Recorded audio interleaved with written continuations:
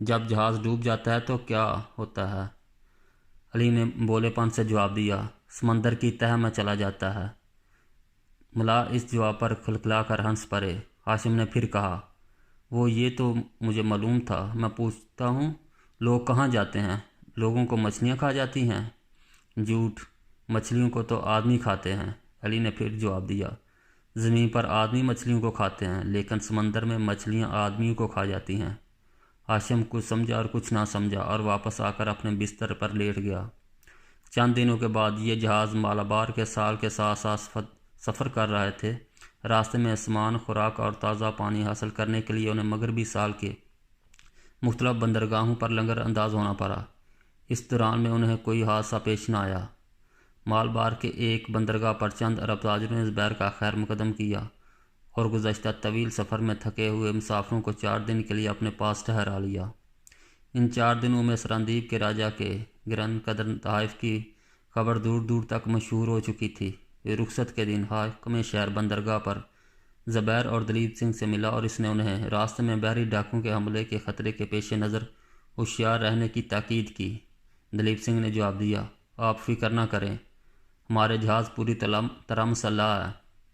تیسرے دن مسبول پر سے دونوں جہازوں کے پہرے داروں نے یکے بعد دیگرے افق شمال کی طرف اشارہ کرتے ہوئے 2 جہازوں کی آمد کا پتہ دیا اور جہاز رن پریشان ہو کر تختہ جہاز پر کھڑے ہو گئے۔ دلیپ سنگھ کا جہاز آگے تھا۔ وہ اپنے جہاز کو روکنے کا حکم دے کر زبیر کا جہاز قریب آنے کا انتظار کرنے لگا۔ جب دونوں جہاز ایک دوسرے کے بہت تھوڑے فاصلے پر کھڑے ہو گئے تو دلیپ سنگھ نے کہا، ممکن ہے وہ جہاز بحری ڈاکوں کے نہ ہوں لیکن ہمیں مقابلے کے لیے تیار رہنا چاہیے۔ آپ اپنا جہاز مغرب کی طرف لے جائیں، ان سے نمٹ لوں گا۔ زبیر نے جواب دیا، نہیں، ہم خطرے میں آپ کا ساتھ نہیں چھوڑ سکے۔ دلیپ سنگھ نے کہا، مجھے آپ کی ہمت پر شبہ نہیں لیکن ہمارے سب سے پہلی ذمہ داری بچوں کی جان بچانا ہے۔ زبیر نے جواب دیا، اگر وہ واقعی بحری ڈاکو ہیں تو ممکن ہے کہ مغرب کی طرف سے بھی انہوں نے ہمارا راستہ روک رکھا ہو۔ اس صورت میں باغ نکلنے کی بجائے لڑنا کم خطرناک ہوگا۔ ہم سے یہ بھی ممکن ہے کہ ہم اپنے دوستوں کی جانیں خطرے میں چھوڑ کر بھاگ جائیں۔ آپ کی مرضی، تاہم عورتوں کو حکم دیں کہ وہ نیچے چلی جائیں۔ دلیپ سنگھ یہ کہہ کر اپنے ساتھیوں کو ہدایت دینے میں مصروف ہو گیا۔ زبیر نے خالد سے کہا، خالد تم عورتوں اور بچوں کو نیچے لے جاؤ۔ دونوں جہازوں کے ملاح کیل کانٹے سے لیس ہو کر دور سے آنے والے جہازوں کو دیکھنے لگے۔ کچھ دیر کے بعد دلیپ سنگھ ایک جہاز کا سیاہ جھنڈا پہچان کر چلایا، یہ بحری ڈاکوؤں کے جہاز ہیں، مقابلے کے لیے تیار ہو جاؤ۔ زبیر نے اپنے ساتھیوں سے مخاطب ہو کر کہا، بھائیو، یہ عورتیں اور بچے ہمارے پاس امانت ہیں، ہمیں انہیں سلامتی سے بصرہ پہنچانا ہے۔ اگر ہم پر ان کی حفاظت کی ذمہ داری نہ ہوتی تو ہمارا طریقہ جنگ اس طریقے سے مختلف ہوتا جو میں نے اب تجویز کیا ہے۔ میں خطرناک مہم کے لیے تم سے 2 رضاکار چاہتا ہوں۔ اس پر سب سے پہلے خالد اور اس کے بعد تمام لاؤں کے نے یکے بعد دیگر اپنے نام پیش کیے۔ زبیر نے کہا، اس کام کے لیے 2 بہترین تیراک درکار ہیں، میں یہ کام ابراہیم اور عمر کو سونپتا ہوں۔ زبیر کی ہدایت پر دونوں جہازوں سے 2 کشتیاں سمندر میں اتار دی گئیں اور ان کے ساتھ بادبان باندھے گئے۔ دلیپ سنگھ کے جہاز پر ہاتھوں کے لیے خشک گھاس موجود تھی۔ ملاحوں نے اس کے چند گٹھے اتار کر کشتیوں پر لاد دیے۔ ابراہیم اور عمر ہاتھوں میں جلتی ہوئی مشلیں لے کر کشتیوں پر سوار ہو گئے۔ اس کے بعد زبیر اور اس کے ساتھی ترکش اور کمانیں سنبھال کر حملہ آوروں کے قریب آنے کا انتظار کرنے لگے۔ اگلے جہاز کا رخ دلیپ سنگھ کے جہاز سے زیادہ زبیر کے جہاز کی طرف تھا۔ عمر اور ابراہیم کی کشتیاں ایک لمبا چکر کاٹ کر حملہ آوروں کے عقب میں پہنچ چکی تھیں۔ زبیر ایک سرے سے دوسرے سرے تک بھاگتا ہوا اپنے ساتھیوں کو ہدایت دے رہا تھا۔ حملہ آور جہازوں نے قریب آتے ہی زبیر کے جہاز پر تیر برسانے شروع کر دیے اور ایک تیر زبیر کے سر کے قریب سے گزر گیا۔ اس کے ساتھ ہی ایک نسوانی آواز سنائی دی، آپ کسی محفوظ جگہ بیٹھ جائیں، ہم دشمن کے تیروں کی زد میں آ چکے ہیں۔ زبیر نے چوک کر نیچے دیکھا، نہیں، تیر کمان ہاتھ میں لیے کھڑی تھی، آنکھوں کے سوائے اس کا باقی سارا چہرہ نقاب میں چھپا ہوا تھا۔ زبیر نے کہا، تم یہاں کیا کر رہی ہو؟ نیچے جاؤ۔ نہید نے اطمینان سے جواب دیا، آپ میری فکر نہ کریں، میں تیر چلانا جانتی ہوں۔ یہ کہہ کر وہ آگے بڑھ کر ایک سپاہی کے قریب بیٹھ گئی۔ کوئی دیر تیر کی لڑائی ہوتی رہی۔ لٹیرے زیادہ قریب پہنچ کر جلتے ہوئے تیر پھینکنے لگے۔ دوسری طرف سے زبیر کی ہدایت کے مطابق ابراہیم نے عمر نے اپنی کشتیاں سیدھی لٹیروں کے جہاز کی طرف چھوڑ دیں اور قریب پہنچ کر جلتی ہوئی مچھلیوں سے گاس کو آگ لگا دی اور خود پانی میں کود گئے۔ لٹیرے جو ہاتھوں میں کندھے لیے اپنے حریف کے جہازوں پر کودنے کے لیے کھڑے تھے، بد ہوا سو کر کشتیوں کی طرف متوجہ ہوئے۔ ہوا کے جھونکوں نے کشتیوں سے آگ کے شعلوں کو جہاز کے بادبانوں تک پہنچا دیا۔ آن کی آن میں لٹیروں کے دونوں جہاز پر آگ بے قابو ہو چکی تھی۔ وہ چمٹتے چلاتے سمندر میں چھلانگیں لگا رہے تھے۔ اس کے ساتھ ہی دلیپ سنگھ اور زبیر کے آدمی تیر بسا رہے تھے۔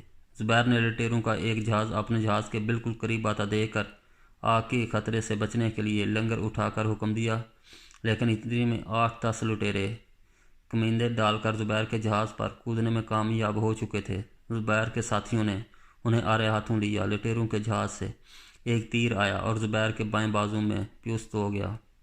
اس کے ساتھ ہی ناہید کی کمان سے ایک تیر نکلا اور ایک لٹیرے کے سینے میں پیوست ہو گیا۔ زبیر نے مرحبا کہا۔ ناہید نے مڑ کر اس کی طرف دیکھا۔ زبیر کمان پھینک کر بازو سے تیر نکالنے کی کوشش کر رہا تھا۔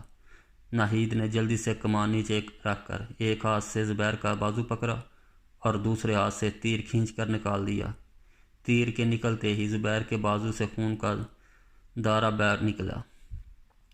اس کی آستین چرائی اور جٹ سے اپنے چہرے کا نقاب اتار کر زخم پر باندھ دیا۔ زبیر کا جہاز کمندوں کے زور سے نکل چکا تھا اور جلتے ہوئے جہاز کے رہے سہے ملاموس ہو کر اپنے نی میں چھلانگیں لگا رہے تھے۔ زبیر نے دوبارہ کمان اٹھاتے ہوئے کہا، ناہید اب تم عورتوں کے پاس جاؤ اور انہیں تسلی دو کہ ہم خدا کے فضل سے فتح حاصل کر چکے ہیں۔ ناہید نے چلتے چلتے رک کر پوچھا، آپ کو تکلیف تو نہیں؟ نہیں، یہ بہت معمول زخم ہے، تم میری فکر نہ کرو۔ یہ کہتے ہوئے ایک لمحے کے لیے زبیر کی نگاہیں غیر ارادی طور پر ناہید کے چہرے پر گر گئیں۔ سپاہیار وقار اور اس کے دخال کی دلکش میں اضافہ ہو گیا۔ ناہید نے اچانک محسوس کیا کہ وہ بے نقاب ہے اور وہ تیزی سے قدم اٹھاتی ہوئی نیچے اتر کر عورتوں کے پاس چلی گئی۔ جلتے ہوئے جہاز سے چند آدمی اتر کر ایک کشتی پر سوار ہوئے اور ایک آدمی جو ڈاکوؤں کا سردار معلوم ہوتا تھا سفید جھنڈا لہرانے لگا۔ زبیر نے تیر اندازوں کو ہاتھ کے اشارے سے منع کیا۔ عمر اور ابراہیم اپنا کام کر کے جہاز کے قریب پہنچ چکے تھے۔ زبیر نے اپنے جہاز کو خطرے سے محفوظ پا کر لنگر ڈالنے اور سلون کے سیڑھی نیچے پھینک کر حکم دیا، عمر اور ابراہیم جہاز پر چڑھ آئیں۔ خالد نے زبیر کو دلیپ سنگھ کے ساتھیوں کی طرف متوجہ کیا جو ابھی تک سمندر میں غوطے کھانے والے دشمنوں پر تیر کی مشق کر رہے تھے۔ زبیر نے انہیں بھی ہاتھ کے اشارے سے منع کیا اور لٹیرے قدر مطمئن ہو کر سیڑھی کے ذریعے جہاز پر چڑھنے لگے۔ سب سے آخر میں لٹیروں کے سردار کی کشتی دونوں جہازوں کے درمیان آ کر رکی۔ ایک کوئی ہیکل معمر آدمی جس کی داڑھی کے آدھے بال سفید ہو چکے تھے زخمی شیر کی طرح جہاز رانوں کی طرف دیکھ رہا تھا۔ اس کشتی میں زبیر کی نظریں ایک نوجوان اور ایک لڑکی پر پڑی۔ دونوں شکل و صورت اور لباس کے اعتبار سے لٹیروں سے بہت مختلف تھے۔ زبیر نے کوئی ہیکل اور بارائب آدمی کو ڈاکوؤں کا سردار سمجھ کر اس کی طرف اشارہ کیا اور ملا کشتی کو کہتے ہوئے جہاز کے قریب سے لے آئے اور یکے بعد دیگرے رسی کی سیڑھی پر چڑھتے ہوئے اوپر آ گئے۔ لڑکی کے چہرے سے علالت اور تکلیف کے آثار نمایاں تھے۔ خوش وضع اور خوش پوش نوجوان کا بازو پکڑ کر سہارا دے رہا تھا اور سنبھل کر سیڑھی پر پاؤں رکھ رہی تھی۔ جہاز پر پہنچ کر نوجوانوں نے ایک اجنبی زبان میں کچھ کہا اور لٹیروں کی طرف گھورنے لگا۔ زبیر نے اس کی زبان پوری طرح نہ سمجھتے ہوئے بھی محسوس کیا وہ لٹیروں کے مظالم کی شکایات اور ان کا شکریہ ادا کر رہا ہے۔ زبیر نے اپنی استطاعت کے مطابق سندھ اور سرندیپ کی ملی جلی زبان میں اسے تسلی دی۔ نوجوان اور لڑکی اس کے دوستانہ لہجے سے متاثر ہو کر تشکر آمیز نگاہوں سے اس کی طرف دیکھنے لگے۔ لڑکی نے کچھ کہنا چاہا لیکن اس کی سہمی ہوئی آواز گلے میں اٹک رہ گئی۔ وہ آنکھوں میں آنسو بھر کر زبیر کی طرف دیکھنے لگے۔ ان کی عمر 14-15 سال کے لگ بھگ تھی۔ معلوم ہوتی تھی خوبصورت چہرہ دوپہر کے پھول کی طرح کملایا ہوا تھا۔ زبیر نے پھر ایک بار ان دونوں کو تسلی دی۔ سب سے آخر میں ڈاکوؤں کا سردار جہاز پر پہنچا۔ اس کی آنکھوں میں ندامت کے آنسو کی بجائے انتقام کی بجلیاں تھیں۔ تھوڑی دیر میں دلیپ سنگھ اپنے جہاز سے اتر کر کشتی کے ذریعے زبیر کے جہاز پر پہنچ گیا۔ اس نے آتے ہی ڈاکوؤں کے سردار کو مارنے کے لیے چابک اٹھایا، لیکن زبیر نے اگر بر کر اس کا بازو پکڑ لیا۔ دلیپ سنگھ نے زبیر کی میز کی آنتیں کو خون آلود دیکھ کر پوچھا، آپ زخمی ہیں؟ زبیر نے بے پرواہی سے جواب دیا، یہ معمولی زخم ہے۔ خوش پوش نوجوان نے کچھ کہہ کر دلیپ سنگھ کو اپنی طرف متوجہ کیا۔ دونوں ایک دوسرے سے باتیں کرنے لگے۔ اس کے بعد دلیپ سنگھ نے ڈاکوؤں کے سردار سے چند باتیں کرنے کے بعد عربی زبان میں زبیر کے ساتھیوں سے کہا، کشتی میں ایک صندوق پڑا ہوا ہے، اسے اوپر لے آؤ۔ ملاحوں نے صندوق کی لکڑی کے چھوٹے سے صندوق کو رسے کے ساتھ باندھ کر اوپر کھینچ لیا۔ دلیپ سنگھ نے ڈھکنا اوپر اٹھایا اور تمام ملاح حیران ہو کر سونے موتیوں اور جواہرات سے بھرے ہوئے صندوق کو دیکھنے لگے۔ زبیر کے استفسار پر دلیپ سنگھ نے خوش پوش نوجوان سے چند سوالات پوچھے اور اس نے اپنی آپ بیتی سنائی۔ نوجوان کا نام جے رام تھا۔ وہ کاٹھیاوار کے ایک عالی نسبت راجپوت خاندان کا چشم و چراغ تھا۔ اوائل شباب میں اسے شہرت اور ناموری کا شوق سرزمین سندھ تک لے گیا۔ برہمان آباد کے ایک میلے میں اس نے تیر اندازی میں اپنے کمالات دکھا کر سندھ کے راجا کو اپنا قدردان بنا لیا۔ راجا نے اسے اپنی فوج میں ایک معمولی عہدہ دے کر اپنی پاس رکھ لیا۔ 2 سال کی خدمت گزاری کے بعد جے رام نے دیبل کے نائب حاکم کی جگہ حاصل کر لی۔ دیبل میں آئے ہوئے اس ایک تنا ہوا تھا کہ گھر سے اسے اپنے باپ کی وفات اور ماں کی علالت کی خبر ملی اور وہ چند ماہ کی رخصت لے کر کاٹھیاوار پہنچا۔ گھر پہنچنے کے بعد 10 دن اس کی والدہ بھی چل بسی۔ گھر میں اب صرف اس کی ایک چھوٹی بہن مایاوتی تھی۔ جے رام نے رشتہ داروں کی نصیحت اور مایا دیوی کے آنسوں کے ساتھ ہو کر واپس سندھ جانے کا خیال چھوڑ دیا، لیکن 4 ماہ گھر میں قیام کرنے کے بعد اسے اپنی پرسکون زندگی تلخ محسوس ہونے لگی اور ایک دن اس نے کاٹھیاوار کے راجا کی خدمت میں حاضر ہو کر ملازمت کی درخواست کی۔ یہ وہ زمانہ تھا جب سندھ کے راجا نے اپنے حلقہ اقتدار وسیع کرنے کے لیے پڑوس کی چھوٹی چھوٹی ریاستوں سے چھیڑ چھاڑ شروع کر رکھی تھی اور خود مختار سردار اور راجے اسے اپنا طاقت اور ہمسایہ تسلیم کرنے کے ثبوت میں اپنی آمدنی کا کچھ حصہ اس کی نظر کیا کرتے تھے۔ کاٹھیاوار کے راجا کو اگرچہ براہ راست سندھ کے راجا سے کوئی خطرہ نہ تھا، تاہم وہ کچھ سونے اور چاندی کے عوض اسے اپنا دوست بنانا غنیمت سمجھتا تھا۔ جے رام کو اپنے دربار میں کوئی عہدہ دینے کی بجائے اس نے سندھ میں اس کے اثر و رسوخ سے فائدہ اٹھانا زیادہ مناسب خیال کیا اور اسے سونے جواہرات موتیوں کا ایک صندوق دے کر سندھ کے راجا کی خدمت میں بھیج دیا۔ جے رام کو یقین تھا کہ راجا داہر اسے واپس نہ آنے دے گا، اس لیے اس نے اپنی اکیلی بہن مایا دیوی کو گھر پر چھوڑنا مناسب نہ سمجھا۔ مایا دیوی بھی اس کے ساتھ جانے پر بضد تھی، اس لیے یہ دونوں اپنا گھر بار چچا زاد بائی کے سپرد کر کے سندھ کی طرف روانہ ہو گئے، لیکن کاٹھیاوار اور سندھ کے درمیان ان کے جہاز کو بحری ڈاکوؤں سے مقابلہ کرنا پڑا۔ اس کے ساتھ بہادری سے لڑے، لیکن ڈاکوؤں کے سامنے ان کی ایک نہ چلی۔ ڈاکوؤں نے جواہرات کے صندوق پر قبضہ کر لیا۔ جے رام اور مایا دیوی کے سوا ان کے باقی ساتھیوں کو سمندر کے کنارے لا کر آزاد کر دیا۔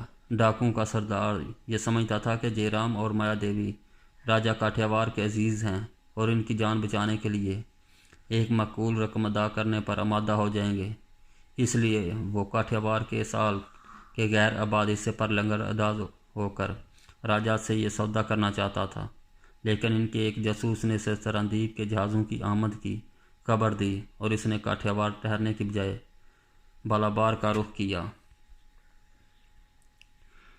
زبیر نے یہ قصہ سن کر پھر ایک بار جے رام اور اس کی بہن کو تسلی دی اور کہا، یہ لٹیرے جیسے ہمارے مجرم ہیں ویسے ہی آپ کے مجرم ہے۔ میں نے ابھی تک یہ فیصلہ نہیں کیا انہیں کیا سزا دی جائے، تاہم میں یہ جانتا ہوں کہ آپ کے ملک میں انہیں کیا سزا دی جاتی ہے۔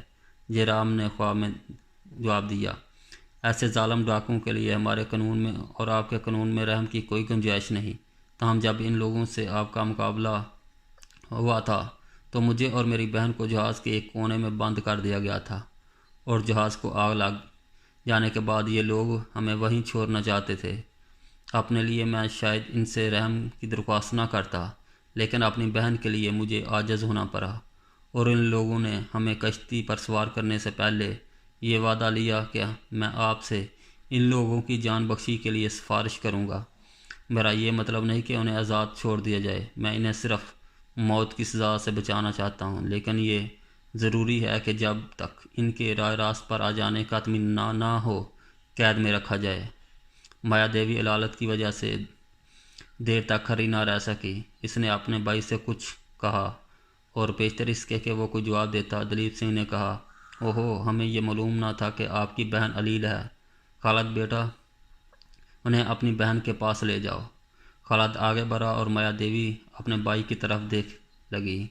جے رام نے دلیپ سنگھ سے پوچھا، اس جہاز پر عورتیں بھی ہیں؟ جی ہاں، آپ کی بہن کو کسی قسم کی تکلیف نہ ہوگی۔ ہاں بیٹی، جاؤ تم آرام سے۔ جہازوں کے دوبارہ روانگی سے پہلے لٹیروں کے سردار کے سوا باقی تمام قیدیوں کو دلیپ سنگھ کے جہاز میں منتقل کر دیا گیا۔ زبیر نے دلیپ سنگھ سے تاکید کی، جب تک ان کی سزا کا فیصلہ نہ ہو ان کے ساتھ بدسلوکی نہ کی جائے۔ ڈاکوؤں کے سردار کو اس کے ساتھیوں کی نیک نیتی کی ضمانت کے طور پر زبیر نے اپنے جہاز پر ٹھہرایا۔ جے رام نے اپنی بہن کی علالت کے پیش نظر زبیر کے جہاز پر رہنا پسند کیا۔ خالد نے مایا دیوی کو ناہید کے پاس پہنچا دیا۔ ناہید نے اسے ایک بستر پر لٹا دیا اور عرب عورتیں اس کے گرد جمع ہو گئیں۔ پہلی ملاقات میں میزبانوں اور مہمانوں کے درمیان فقط اشاروں سے ہمدردی اور لشکر کے جذبات کی ترجمانی ہوئی۔ دلیپ سنگھ سے اپنے جہاز پر جانے سے پہلے جے رام سے کہا، آپ کو شاید کھانے کی تکلیف ہو، میں ایک مسلمان کے ساتھ رہ کر چھوت چھات کا قائل نہیں رہا، ہم سب ایک ہی دسترخوان پر کھا لیتے ہیں۔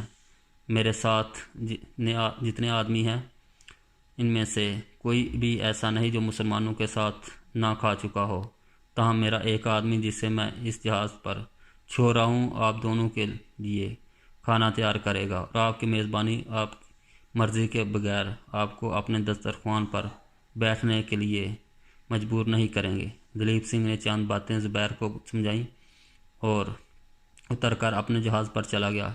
اس کے پہنچنے سے پہلے اس کے ساتھی اپنے کندستر سے 5 سفید لٹیروں کے سر اور داڑھی مونچھ اور بھویں موڑ چکے تھے۔